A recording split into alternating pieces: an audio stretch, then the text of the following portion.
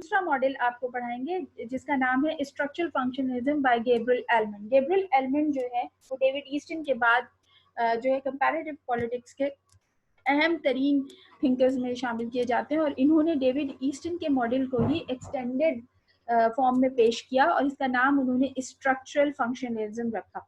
ये इसमें इन्होंने ये समझ लीजिए कि जो डेविड ईस्टन का मॉडल था उसके अंदर जो मौजूद सारे एलिमेंट्स थे उन्होंने इसे फर्दर एक्सप्लेन किया, यानी उसे मजीद वजाहत की ताकि उसके काम करने की नौयत को ज़्यादा बेहतर तरीके से समझा जाए। और जैसे मैंने कहा कि कंपैरेटिव पॉलिटिक्स के बहुत ही अहम थिंकर माने जाते हैं और इन्होंने कुछ बुक्स लिखी जिन्हें कंपैरेटिव पॉलिटिक्स में जो है बहुत अहमियत हासिल है। तो इनमें the politics of the developing areas शामिल है, comparative politics a developmental approach है, क्राइसिस चॉइसेस एंड चेंज है, historical study of political development है। तो 70s के दिहाई में इन्होंने पॉलिटिकल सिस्टम के या कंपैरेटिव पॉलिटिकल सिस्टम के लिए बहुत ही अहम खिदमात सर अंजाम दी। इनकी सबसे अहम जो मैंने जैसे कहा कि वो है ये मॉडल जो आपके सामने इस वक्त स्क्रीन पर आ रहा है। That model is called a structural functionalism by Gabriel Ehlmann। जैसे मैंने कहा कि इसका साख्ती मतलब एक निज़ाम का स्ट्रक्चर कैसा है और वो उस स्ट्रक्चर में रहते हुए परफॉर्म कैसा कर रहा है। तो अगर आप देखें तो इसके अंदर कुछ चीज़ें इजाफी हैं और कुछ वही चीज़ें हैं जो हमने पहले जो है पेश की थी। अच्छा, इसमें जो सबसे इम्पोर्टेंट चीज़ है वो ये कि डेविड ईस्टन के मुकाबले में गैब्रियल एलमन ने इनपुट जो है उसमें उसको फर्दर डिवाइड किया और इसके अलावा उसने वो जो इन्वायरमेंट था जो बाहर था उसने उसे भी इनपुट का हिस्सा, यानी इनपुट का भी और आउटपुट का भी, यानी सिस्टम का हिस्सा जो है करार दिया।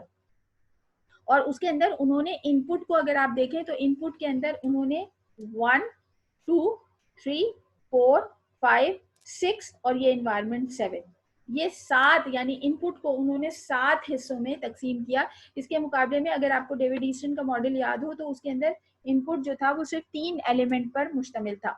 सो नंबर 1 एलिमेंट जो गैब्रियल एलमन ने डिफाइन किया, लेकिन डेविड ईस्टन ने उसको एक्सप्लेन नहीं किया था और डेविड ईस्टन ने उसे इन्वायरमेंट का नाम देकर सिस्टम से बाहर खड़ा किया था। लेकिन गैब्रियल एलमन ने कहा कि अगर ये एलिमेंट नहीं होगा तो फिर सिस्टम की परफॉर्मेंस को जज नहीं किया जा सकता, लिहाजा उसने पहला एलिमेंट इनपुट का रखा, वो था political socialization and culture. Gabriel Almond के मुताबिक जिस किस्म की सोसाइटी होती है उसी किस्म का पॉलिटिकल सिस्टम जो है वो बनता है और परफॉर्म करता है। तो उन्होंने कहा कि अगर एक सोसाइटी के अंदर पॉलिटिकल सोशलाइजेशन या पॉलिटिकल कल्चर मौजूद ना हो तो हम उससे ये एक्सपेक्ट भी नहीं कर सकते हैं कि वो पॉलिटिकल सिस्टम को में रहते हुए काम करें। इससे एग्जाम्पल जैसे हमने आपको पहले भी कहा था कि हमने अब जब अपैथी एक्सप्लेन कर रहे थे तो हमने आपको कहा था नॉन कंसर्निंग पीपल, यानी ऐसे लोग जिनका या तो सिस्टम से कोई ताल्लुक नहीं है या उन्हें पता ही नहीं है कि वो निज़ाम के तहत काम कर सकते हैं। सो गैब्रियल एलमन ये कहता है कि अगर एक सोसाइटी में माशरे के मसाइल को सियासी तौर पर हल करने का कल्चर ही मौजूद नहीं है तो वो कभी भी सियासी निज़ाम को अच्छा करने के लिए कोशिश नहीं करेंगे, यानी वहाँ पर सियासी निज़ाम कभी भी बेहतर तौर पे काम नहीं कर सकेगा। इसके एग्जाम्पल हम थर्ड वर्ल्ड कंट्रीज़ को या अफ्रीकन कंट्रीज़ को ले सकते हैं जहाँ पर क्योंकि इस किस्म की कोई पॉलिटिकल सोशलाइजेशन या उनके यहाँ पॉलिटिकल कल्चर मौजूद नहीं है, तो हम देखते हैं कि वहाँ का जो गवर्नमेंटल डेमोक्रेटिक सिस्टम है वो या तो है ही नहीं या अगर है तो वो बहुत ही कमज़ोर है। जैसे पाकिस्तान का डेमोक्रेटिक सिस्टम है कि वो बहुत कमज़ोर निज़ाम है और वो उस तरीके से परफॉर्म नहीं कर रहा क्योंकि अवाम के अंदर उस चीज़ का शऊर ही नहीं है। और जो लोग ये समझते हैं कि उनके अंदर शऊर है उनमें भी दर हकीकत वो शऊर नहीं है, क्योंकि शऊर जो होता है या किसी भी काम को एक खास तरीके कार से करने के लिए आपको मुस्तकिल वो काम उसी तरीके से करना पड़ता है। तो हम ऐसा नहीं है once in a blue moon हम गंदगी को बाहर ना फेंकें और अपने बैग में डाल लें और फिर हमारा जब दिल चाहे हम उसे उठा के बाहर फेंक दें। तो ये इसका मतलब क्या है कि हमें समझ ही नहीं है कि ये हमारी सिविक ड्यूटी है कि हम अपने इलाके को साफ रखें। तो ये इस तरीके की चीज़ है। तो पॉलिटिकल सोशलाइजेशन या पॉलिटिकल कल्चर का होना किसी भी निज़ाम में बेहतर मुतालबात को जन्म देने के लिए इंतहाई ज़रूरी है। सो इनपुट का जो पहला पोर्शन है वो पॉलिटिकल सोशलाइजेशन यानी सियासी मुआशरत और सियासी सकाफत है। एक मुआशरे में सियासी मुआशरत और सकाफत होगी तो ही एक मुआशरे में उस किस्म के मुतालबात जन्म लेंगे और उसे सियासी निज़ाम के तहत हल किया जाएगा। फिर इसका दूसरा पोर्शन जो है वो डिमांड है और तीसरा पोर्शन सपोर्ट है। जैसे हमने आपको पिछले डेविड ईस्टन के मॉडल में भी समझाया था कि डिमांड जो है, मुतालबा जो है, वो लोगों की ज़रूरत और लोगों की सोच के मुताबिक जन्म लेता है। आप अगर जैसे मैंने कहा कि तीसरी दुनिया के मुल्कों से ताल्लुक रखते हैं तो आपका ज़्यादा जोर किन चीज़ों, किस किस्म के मुतालबात पे होता है? रोटी, कपड़ा और मकान के मुतालबात पर। लेकिन अगर आप तरक्की याफ्ता ममालिक में रहते हैं तो वहाँ पर रोटी, कपड़ा और मकान मुतालबा नहीं होता, बल्कि हुकूक मुतालबा होता है और वो चाहते हैं कि उन्हें बराबरी के हुकूक दिए जाएँ, ख़वातीन को हुकूक दिए जाएँ और भी जिस किस्म के चाइल्ड्स राइट और old people rights and women right and black, आजकल तो आपने देखा हुआ है कि अमेरिका में काले लोगों की हुकूक की बात की जा रही है। तो मुतालबात तब्दील हो जाते हैं अगर आप फाइनेंशियली मजबूत रियासत में रहते हैं। इसी तरह सपोर्ट भी इसी तरीके से हासिल होती है। फॉर एग्जांपल वहाँ पर एक गे, बायोसेक्सुअल या होमोसेक्सुअल कल्चर डेवलप हो गया है तो वहाँ पर वही लोग इसकी हिमायत करेंगे जो उस किस्म के हैं या जो उस चीज़ को सही समझते हैं। तो सपोर्ट भी उसी तरीके से हासिल होती है। तो जैसे मैंने कहा कि पॉलिटिकल सोशलाइजेशन एंड कल्चर होगी तो आपके अंदर ये मुतालबात जन्म लेंगे कि आप अपने तमाम ख्वाहिशात को सियासी ज़राए से हासिल करें। जब आप ये करेंगे तो उसके बाद जो आप देखेंगे ये इंटरेस्ट आर्टिकुलेशन लिखा हुआ है, इसको उर्दू में कहते हैं तश्कील मफादात। यानी आपके अंदर आपके अपने जो डिज़ायर्स हैं या आपके अपने जो बेनिफिट्स हैं उनको पूरा करने के लिए आप उनका इजहार करते हैं। तो बहुत सारे मफादात तश्कील हो जाते हैं या बन जाते हैं। फिर उनमें से जो सबसे इम्पोर्टेंट या कलेक्टिव मुतालबा होता है that is called interest aggregation, यानी मुश्तरका मफादात। जब मुश्तरका मफाद जो होता है वो बुनियादी तौर पे वो मफाद होता है जो एक पूरे मुआशरे का या मुआशरे के एक बड़े ग्रोह का जो है समझ लीजिए इज्तमाई मसला हो या इज्तमाई मुतालबा हो।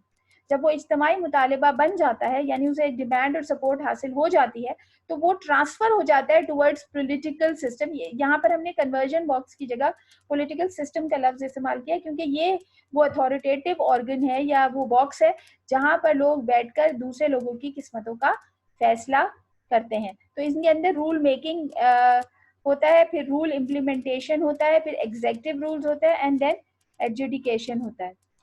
एडजुडिकेटिंग होता है यानी जुडिशियल जो है पावर्स होती हैं। फिर ये लोग जो हैं जो भी ज़रूरत होती है, जैसे अगर कानून साजी की ज़रूरत है तो कानून साजी करते हैं, कानून पे अमल दरामद की ज़रूरत है तो कानून पे अमल दरामद कराने की कोशिश करते हैं, और अगर कानून मौजूद है उस पर अमल दरामद भी हो रहा है मगर वो सही नहीं हो रहा है तो उस सूरत में अदालतें जो हैं वो हरकत में आती हैं और वो उन मसाइल को हल करने के लिए हुक्म सादिर फरमाती हैं। इनका जो भी फैसला होता है वो आउटपुट की सूरत में डिसीजन और पॉलिसी एंड एक्शन की सूरत में सामने आता है। तो हमें नजर आ गया कि जो आउटपुट है वो भी 3 हो गए बजाय 2 के। उसमें सिर्फ डिसीजन और एक्शन था, यहाँ पे डिसीजन है, पॉलिसी है एंड देन एक्शन है। यानी फैसला होता है, फैसले के बाद पॉलिसी बनती है और फिर उस पॉलिसी पर अमल दरामद होता है। इन तमाम चीजों की मालूमात हमें कैसे होती है? Through the political communication.